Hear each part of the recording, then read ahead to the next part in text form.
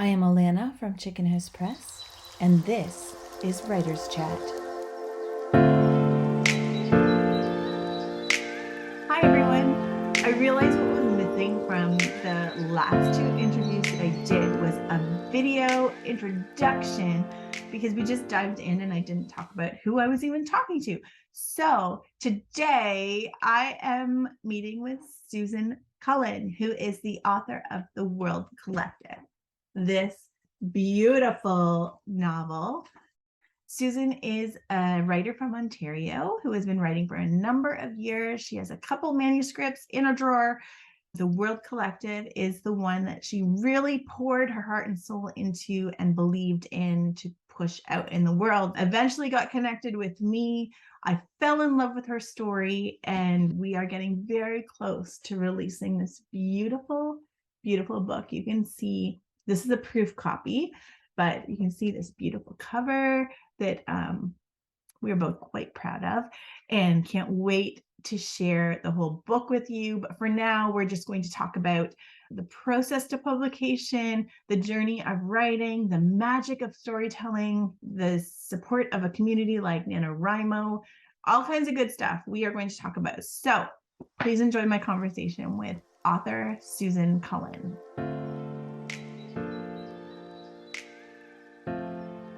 Okay, how are you? I'm good. You ready for this? As ready as I'll ever be.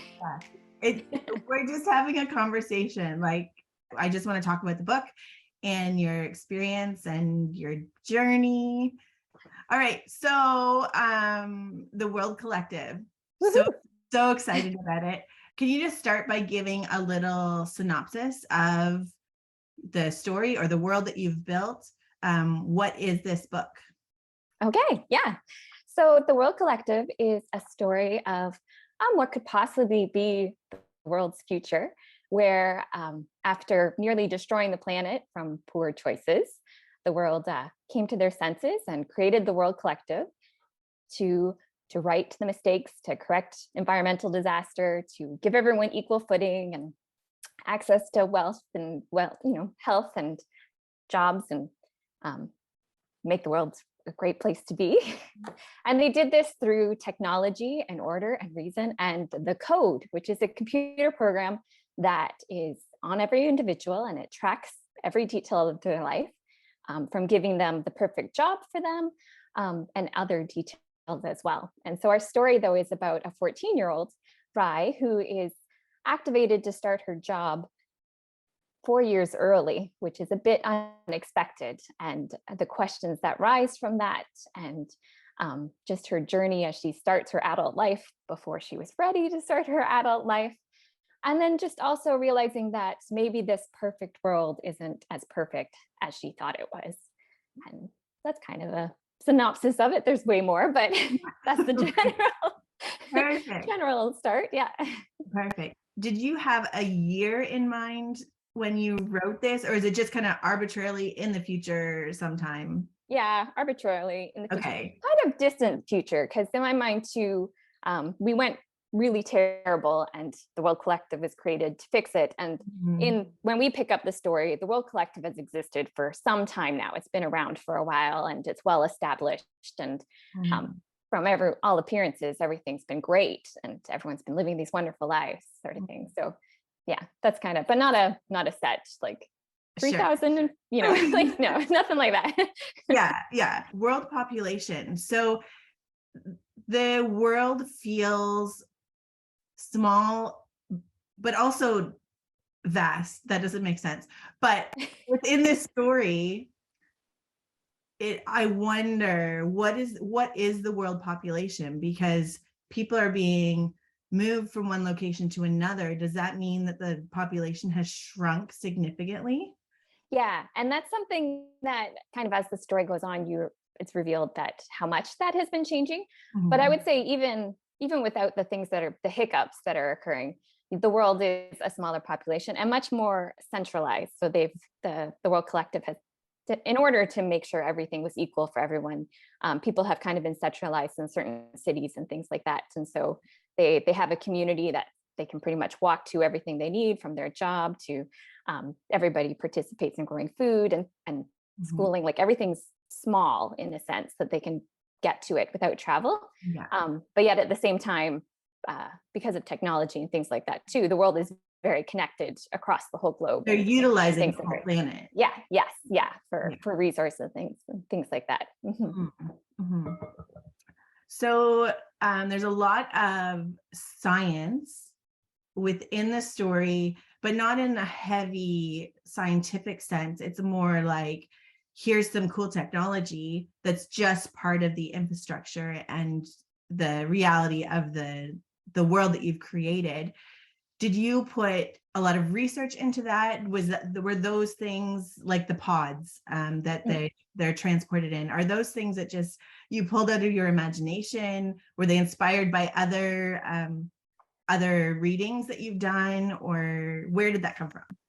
It's a mix of both. So some of it is imagining and just going, this is a cool idea. But a lot of it is actually inspired by real life things, just listening to different texts that are being developed already. So, for example, Rai has a prosthetic. And in my mind, it's a very advanced, lifelike prosthetic. Like she can control movement in her foot with her thoughts and things like that.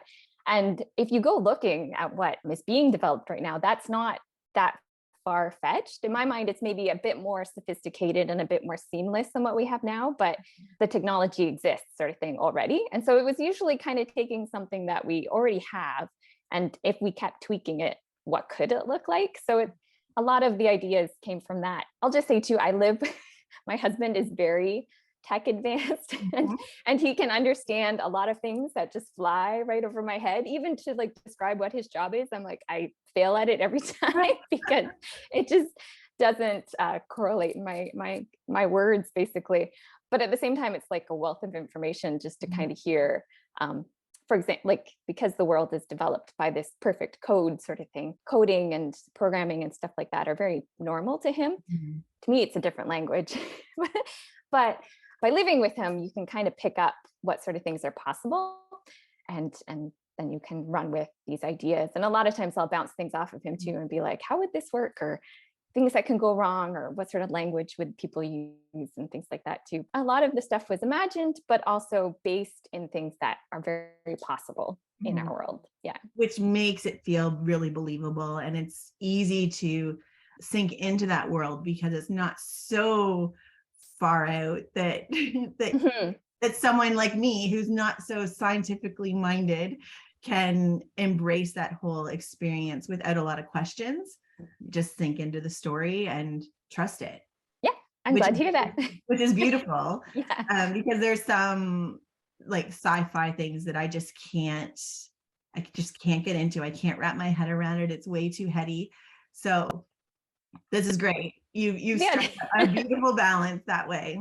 Well, I think that's the thing about YA in particular as well, that when you're writing to a YA audience, they don't want too much time explaining the Yes. details of how this works, but they need to know that it's realistic at the same time Yes. too. And so I think that's why, even if it's like fantasy and magic use, there needs to be like an order to it that makes sense. But if you spend too much time explaining, then You lose them. attention span, yeah. Which, and I'm like, as a reader, I'm an adult, but I feel the same way. I'm like, I Yeah. want enough that it's believable, but not so much that I'm spending a page learning the rules of something that Sure. Just doesn't make a lot of sense to me. you read a lot of YA yourself? I do. Mhm. So I have a 13-year-old who is, I call her my book dragon because she devours books. And Yeah. at one point I tried to keep up with her. And at this point, I just go to her for recommendations. Be like, what should I be reading? Yeah. Um, so yeah, I read a lot of YA, and I like middle grade.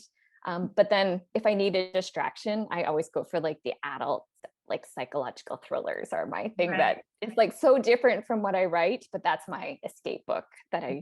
that I go to. So yeah, a big variety. Wide spectrum. Do you have a Yeah. favorite YA series? Oh, Oh, that's that's a hard hard. question. That's Yeah. hard. Yeah. I think like a more current one that's really struck out is the Ray Bear series Okay. Yep. by Jordan Nafiku, if I said her last name right. But yeah, I just I really enjoyed that. And I'm kind of waiting for, the final book to see how it all ends. But Right. that was definitely a more current one that sucked me in, really. Do you ever imagine yourself on the other side of this book being released and someone saying, Susan Cullen is my new favorite YA author? Like, have you allowed yourself to have those daydreams of your work is going to be out in the world? So what is that? How does that feel? I keep going, it just feels surreal. It feels, I hope that that it really hits the spot for some people, and that it becomes a popular read that they tell their friends about. And at Can't the wait same for the time, it next just, one. yeah. At the same time too, it's just like, I admire so many authors that are already out there, right? So at the same time, it's hard to imagine myself at the same table as them. So Yeah. I'm getting there. I'm slowly getting there, but Yeah. yeah, Well, it's definitely, imposter syndrome is a real, yes. real thing, right? So that you need to battle through every day almost to just have that confidence to put yourself out there and to kind of embrace this part of the journey. Because Mhm. releasing a book is a vulnerable, it can be very uncomfortable as well as being really exciting. Are you balancing those emotions okay?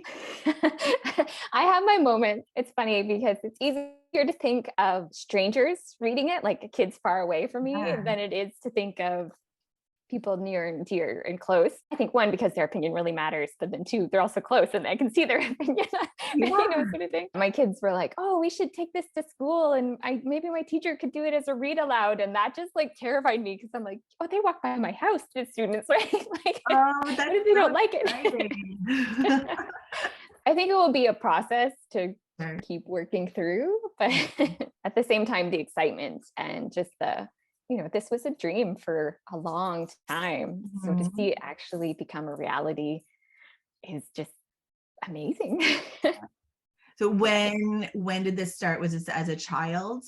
I was always storytelling, Mhm. but I didn't think I could be an author. I didn't think it was for me, sort of thing, mostly because of that imposter syndrome. And I was the child who, was terrible at spelling and just nothing sunk in, and showing our age. It's like we didn't, there wasn't technology then to help assist us. So it Mhm. was all very obvious when we made a mistake. I didn't think it was for me for a long time. And it wasn't until as an adult and starting to write stories again and just get more educated about the process even of writing a novel and putting it out in the world that, it took a long time before I thought maybe that could be for me. Mhm. And I think there's a lot of people, like when I think about acknowledgements in the back of the book, I was like, oh, there's so many other people should be acknowledging, people who definitely saw the potential in me before I could see it in myself, and Mhm. who were always like, oh, like this is something I think you'd really enjoy and I think you'd be good at. And Mhm. I took me a long time to be convinced. So I'm grateful for all those people who saw that. You talked about writing stories. Is The World Collective your first novel, or do you have a drawer full of manuscripts of I have novels? others. Yes. Yeah. Yeah.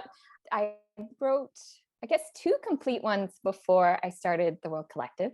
I'm a huge Nanowrimo supporter just because it's insane. So Nanowrimo is when you write 50,000 words in the month of November, which is just a ridiculous thing to attempt when you live a life of Right. any sort of life, right? I tried, I think it was like 2009 was the first time I attempted it. Mhm. And I loved it. Like I loved having that community, but also just kind of that push to like make you sit down and write every day and work on something. And even if it's just dumpster fire, like just to put something on the page and not spend too much time over analyzing and keep Mhm. writing and keep going. And so, yeah, I did that way back in 2009 and came up with something that I was actually decently proud Mhm. of. The ending is terrible because by the Ah, time I reached the end of the month, I was just like, just yeah. want to be done. Over it. Yeah.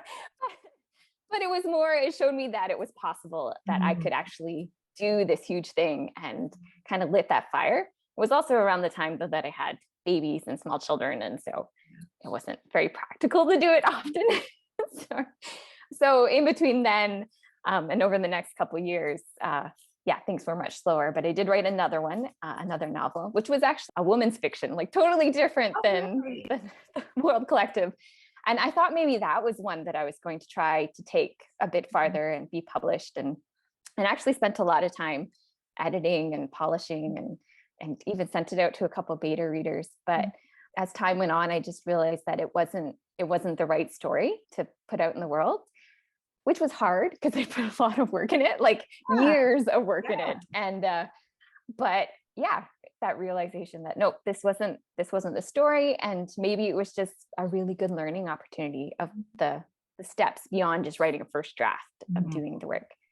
So the World Collective was my, I think it was 2018 nano project. Mhm. That month I wrote the first 50,000 words, the start of it, and just really was enjoying the story and was enjoying Rye as my main character. And so actually finished it pretty quickly after, which sometimes those who do nano will know that you can write the 50,000 words and never go back Yeah, to you it. lose it. Yeah. Yeah, it just disappears. The momentum disappears. But no, with the World Collective, I was kind of hooked in the story and the world as I was building it, and so finished it, and then kept going back to it and polishing it. I actually entered it in the Write Mentor program, which is based out of UK, and they have like a Twitter pitch. This is a couple years ago. I think it might have changed how they do it right now, but you could submit if you were, had a first draft and were trying to hit this world of being published, and what do you need to do? And they pair you with a mentor, somebody who has published a novel and has some experience. Mhm. And you work for a couple of months going back and forth over first chapters, especially, and doing that query letter Mhm. and polishing that up. And then there's kind of like a showcase at the end. Nothing came from the showcase and things like that, but the experience of working with a mentor and Mhm. digging in about what is needed to approach the world of publishing Mhm. definitely also just kind of gave me that push to just keep going with the story. It just kind of kept going from there. I just, 2018 is a little while ago, but I just didn't give up. I just kept Yeah. working on it and kept writing more to the story that was going to come later. Mhm. And yeah, until finally I connected with you. Are you still in touch with the mentor? Yes, I Yeah. am. Yeah. And it's funny because she has, so her name's Melissa Webler. So she's written YA as well. So we connect on the genre we write. But she actually has another book coming out soon. And it's with a publisher in the UK that also has Chicken House in the name. Like Oh, the no way. Chicken House. Yeah, yeah. Yeah. And we were just kind of like, out of all the names, it doesn't make any sense. Isn't that Where does this interesting? idea come from? But Yeah. yeah. I hadn't discovered the chicken house in the UK until after I had named mine and like registered and everything. And I was like, oh, shoot. Yeah. I mean, it's fine. We're Oh separated yeah. by an Yeah. ocean Yes. and doing much different work. So, Yeah. but yeah, that is very funny. Yeah, the fact that we are already connected, and Yeah. then we're both like, oh, we're both with the chicken house. This is really strange, but also great. Yeah, yeah, really interesting. Where did Rye come from, your main character? Was she pulled from someone in your life? Was she just manifested as you sat down to do Nano? Did you have her before? Yeah, she kind of appeared. Yeah. I feel like it's the best way to put it. She does remind me of people I know, and it's more like certain elements, like her curls. There was this young lady in my church who had just these crazy, beautiful curls, sort of Mhm. thing, and not the same personality, but like that. That's just when I think of Rice hair, I think of this individual, and actually she changed a lot between my first drafts and my later drafts too. At first, when I wrote her, she was just too perfect. Mhm. Like, and I was like, that's boring. Yeah. It's not very exciting. As I just kept getting to know her more, just to realize that her impulsiveness and her competitive nature and those elements that come up, I also just really connect, because I think everybody who writes, there's always a bit of themselves in their characters too. Excellent. And with Rye, it's definitely just that fierce love she has for her family and her people. And I'm like, that's something that's very much part of my personality. And so writing that side of her is just like, it just makes Really sense to natural. me. Yeah. Yeah, it's really natural. Yeah. But yeah. And then it was interesting too to climb back into that like 14-year-old brain where you just jump to conclusions, and you feel things like big big Yeah. feelings sort of thing too. So kind of fun to try to climb back into that personality and the Mhm. traits that go with it. Right. One of the things I found really interesting in the world of the World Collective is how most people didn't maintain relationships with their family, that the family unit didn't have the same value that we try and put on it now. What was your motivation there? Where did that come from? So that was me thinking through how this world would work in a practical way. If things are determined more by a computer code deciding what job you do or where you're going to live in the world, it would just really impact family ties. The World Collective is very much everything is thought out. It's not really left up to chance. And so in my mind, at some point in their history, they would have realized that having these close families makes moving across the globe really hard on individuals. And so to me, it just made sense that they would try to structure things differently so that those breaks would be easier, and not having close family ties would be one. So children grow up in a dorm with peers their own age and just visit their family on family days. So it wasn't that they were denied family, but there wasn't the emphasis placed on those relationships. So it just would change how things move forward. And then Rye, of course, is a bit of an exception, because which we haven't talked about too much, but Rye experienced something really traumatic when she was 6, in that a terrorist attack basically crashed the pods that her and her dorm mates were in. And she was the only one out of her dorm to survive, which would be huge because that would have been her family, and they disappeared through this accident. So then her actual genetic family filled that gap in her life, and so she places really strong ties with them because they matter a lot in her world. So it changes how she looks at everything else a bit compared to how everybody else is looking at the world. Right. And it makes her dynamic different than everyone else, right? Like how, Yeah. and they don't quite get her because they don't have the same ties to their family. They don't quite understand why she's so attached. Yeah. And I was going to say, her brother and those who grew up with her know her a bit better because they got to experience that through her and with her. But yeah, other people outside of her, like Aaliyah, just don't get it. Like it just doesn't make any sense to them at all. So yeah. Yeah. Aaliyah is quite a dynamic character, brings a lot of fun, relatable teenage tension, which I think is so great, because that's going to really help people connect, because we all knew an Aaliyah. So I assume that you had one in your life and you pulled from memories of, kind of that mean girl, popular girl, the one that's prettier and smarter and better and all the things, the one that you hate but you want to be. Yeah. Which is kind of just a universal thing, right? Yeah. And it's so much fun too, because I had a plot and before I started this novel, and I had some characters blocked out who, I knew what they were like and their motivations.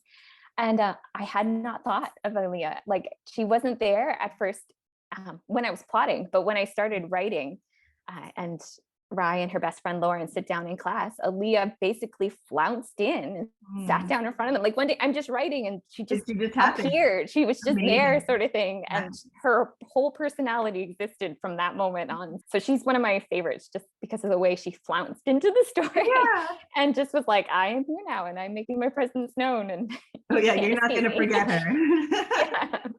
Yeah. So talking about things disappearing in your story, I'm a real believer in the magic of writing, how if you open yourself up to the story will basically write itself. If you show up, the story will kind of come through you. It'll just happen. Obviously you experienced some of that. Did you find that was a real part of your journey, or did you fight the story at any point?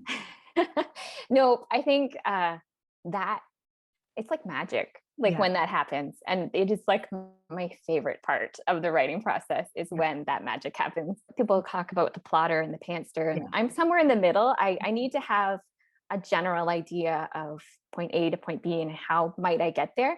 But I'm definitely not to the point where every chapter and scene is blocked out.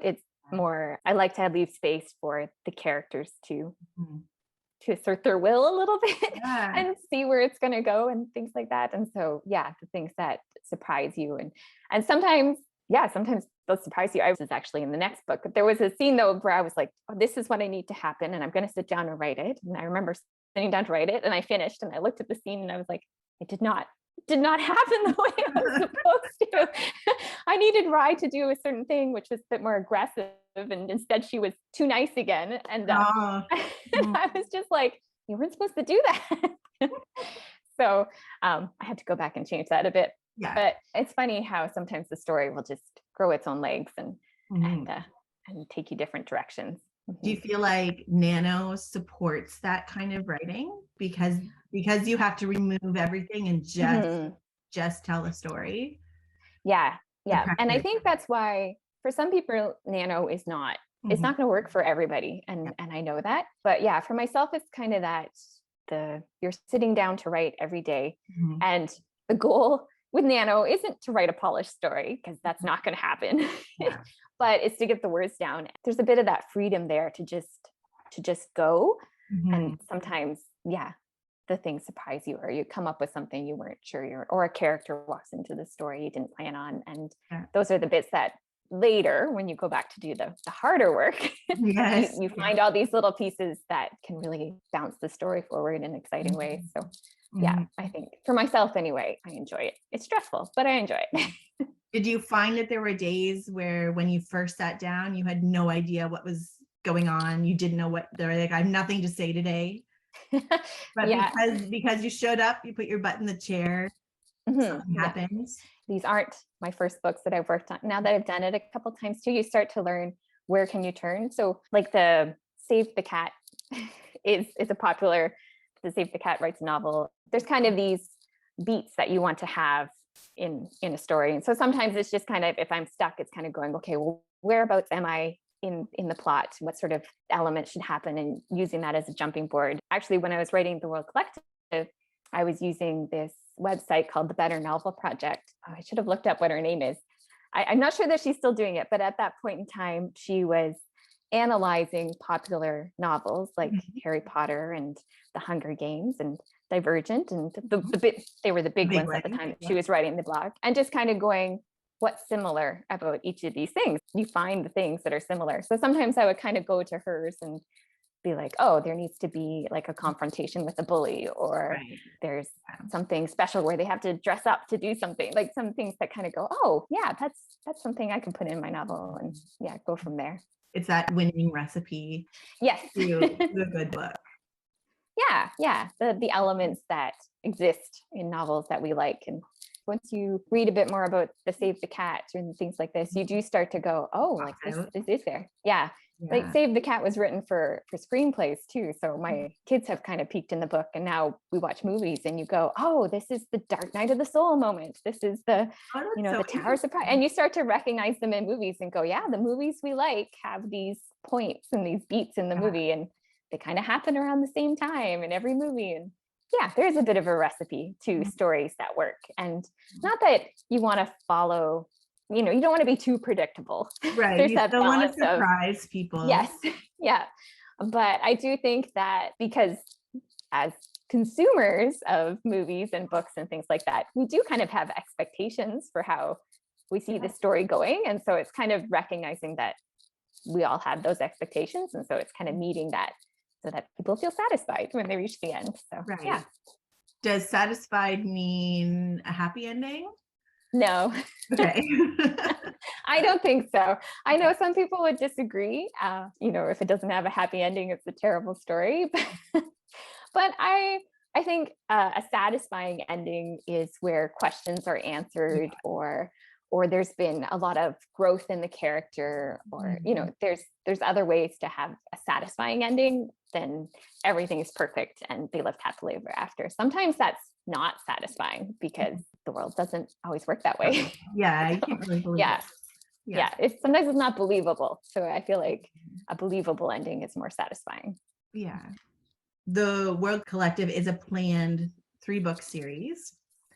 Do you know where it's ending up, or are you still letting the story guide you? And don't give anything away, but It's interesting because so I have about half of a draft for the final book. I think this November I'm going to use Nano to just jump back in and yeah, because it's a good time. I have these general ideas of major things that I know are going to happen, and major plot points that I've known since the beginning that this will be part of it. But yeah, as for like the very end, those final words, I'm not 100% sure. There's a few things where like there's some things that I know for sure, but there's others that I'm just like, I don't know. We're gonna see when I get there what happens, and then maybe I'll need to revisit it in the editing stages. But there's definitely going to be some highs and some happy moments because I want that. Well, after the journey of 3 books, right? Yeah.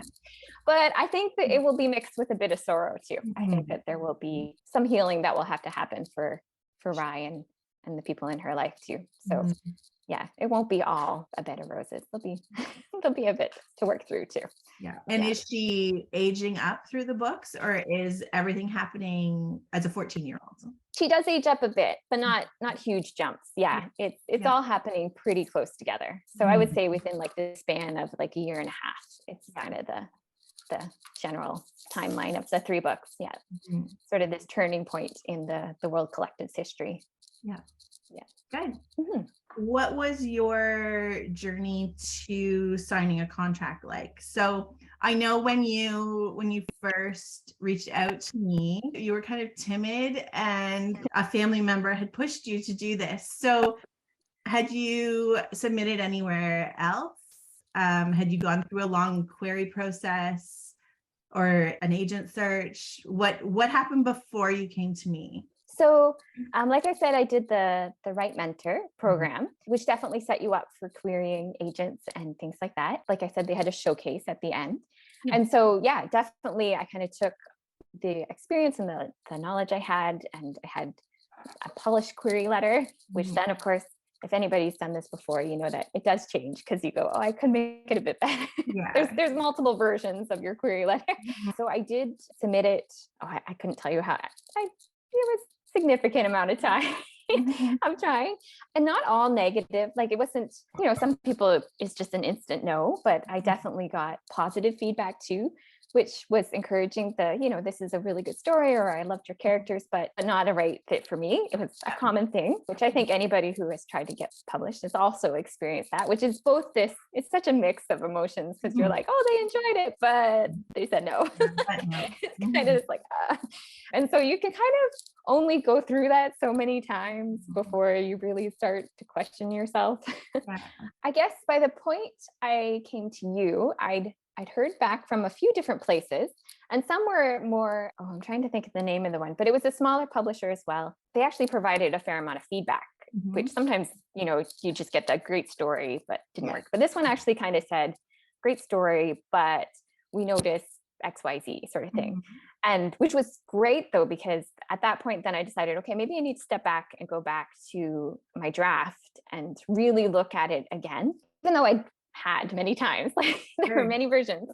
And so that at that point, I kind of was like, okay, I'm not going to query anyone anymore. I'm just going to work on the draft again, because I still felt like at the heart that there was a story here that I was proud of, and I wasn't ready to give up on it yet. So I kind of tore it to pieces, and like the beginning especially, rewrote the beginning. And I still have that earlier version because I really like the earlier version has her mom present sort of thing, as opposed to a memory. And it was really hard to cut that darling scene away. It's what I needed to do to change the pace of the story and stuff like that. It was just too long of a beginning. But yeah, starting there, and then it has ripple effects. So when you change one thing, it changes the whole story. Yeah, absolutely. Yeah, you were looking into starting your publishing side, and so my sister-in-law was kind of like, hey, have you ever thought about talking to Alana? And I was kind of going, well, like at that point too, meanwhile I've torn up the story and it's in pieces, and kind of going, I don't really know if I have enough to show, but this is a different connection. And the fact that you're Canadian, like local, as opposed to someone down in the States who Sure. I never would talk to, sort of Mhm. thing. I was like, well, why not? I might as well just, put it out What can it there. hurt? Yeah, yeah, which I think is part of, if you want to be published, you kind of have to put yourself out Right. there, Yeah. even if it doesn't work, right? Which, yeah, the previous experiences had kind of toughened me up a little bit, I guess. Mhm. Might as well do it again. So yeah, so when I first reached out to you, the Wool Collective was still a bit rough because I was Mhm. doing this major reworking of the story. But yeah, you had great feedback. So that was The the re motivation I needed to get back in there. Mhm. Well, I'm so glad you did, because it ended up being such a strong, really exciting story that I'm really proud to be able to be part of. So thank you for taking a chance one more time. Yeah, Yeah. thank you. Yeah. Can you talk about the experience of actually getting your proof? Oh my goodness. Yeah, that was, I have it at the tip, and you're gonna laugh because it's like it's full of That's little stickers, great. Yeah. which is me going through like the lines I like and things like that, and the little, the silly mistakes that you're Yeah, like, how many times have we read this I and we know. never noticed? Yeah. Yeah, waiting for the box to arrive, I was definitely checking the mail. Yeah. And then it showed up just around the time the kids were leaving for school. So the Mhm. oldest had already left and the youngest hadn't, and she opened the door and the box was there. So they like came in that time, sort of thing. Mhm. And I had promised that I wouldn't open the, like, if it came during the school day, that I would wait for them to come home. Then, as you know, this is like first thing in the morning and now I'm gonna have to wait all day. Yeah.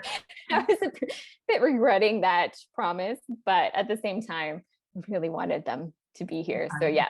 So Yeah. when they got home, then we set up a table in front of the bookshelf, because I feel like you got to be in front of the bookshelf. Oh, And yeah, it's a great open the background. books. Yeah. Yeah.